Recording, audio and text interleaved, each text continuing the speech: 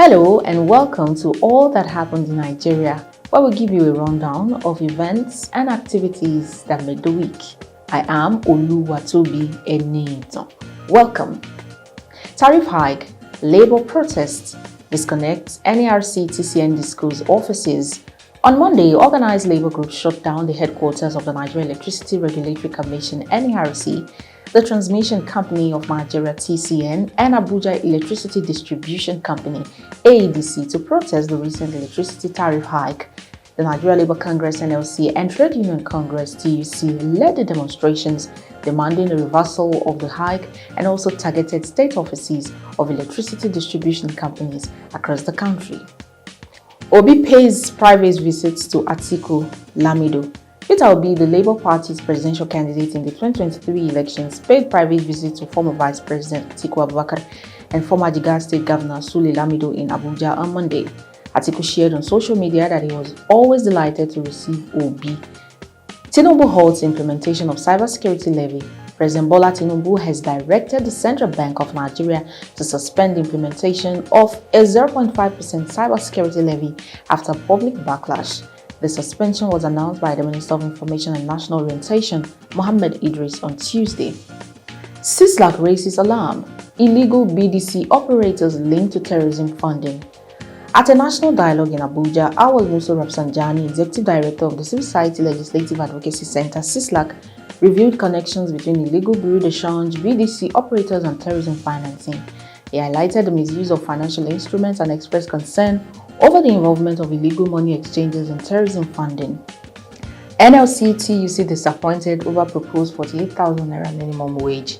The Nigeria Labour Congress (NLC) and Trade Union Congress (TUC) expressed dissatisfaction with the federal government's proposed 48,000 naira minimum wage, calling it insufficient for Nigerian workers' needs.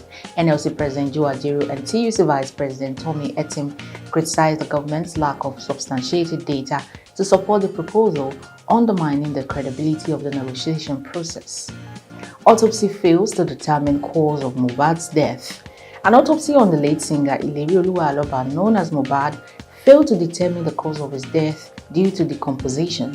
Senior Advocate of Nigeria Wahab Shitu reviewed this during the coroner's inquest in Lagos State, revealing the investigation inconclusive. VIPs including Tinubu, Shettima, to pay airport fees. President Bola Tinubu and Vice President Kashim Shettima will now pay airport access tolls and parking fees at all Nigerian airports. This follows the Federal Executive Council's approval of a memorandum from the Ministry of Aviation scrapping toll exemption for very important persons and government officials. ASU threatens nationwide strike. The Academic Staff Union of Universities, ASU, has threatened another nationwide strike due to the absence of governing councils in federal universities and other unresolved issues. ASU President Professor Emmanuel Osodeke announced this at a press conference in Abuja. Military declares Halilu Buzu wanted for terrorist activities. The military has declared Halilu Buzu wanted for his involvement in terrorist activities, illegal arms supplies, illegal mining, and cattle rustling. Major General Edward Buba announced this during a bi-weekly Defense Media Operations briefing in Abuja, noting that Buzu, originally from Niger Republic, resides in Zamfara State Forest and often flees to Niger after attacks. Court denies Binance executive Gambaryan bail. A federal high court in Abuja denied bail to cryptocurrency firm executive Tigran Gambaryan on Friday.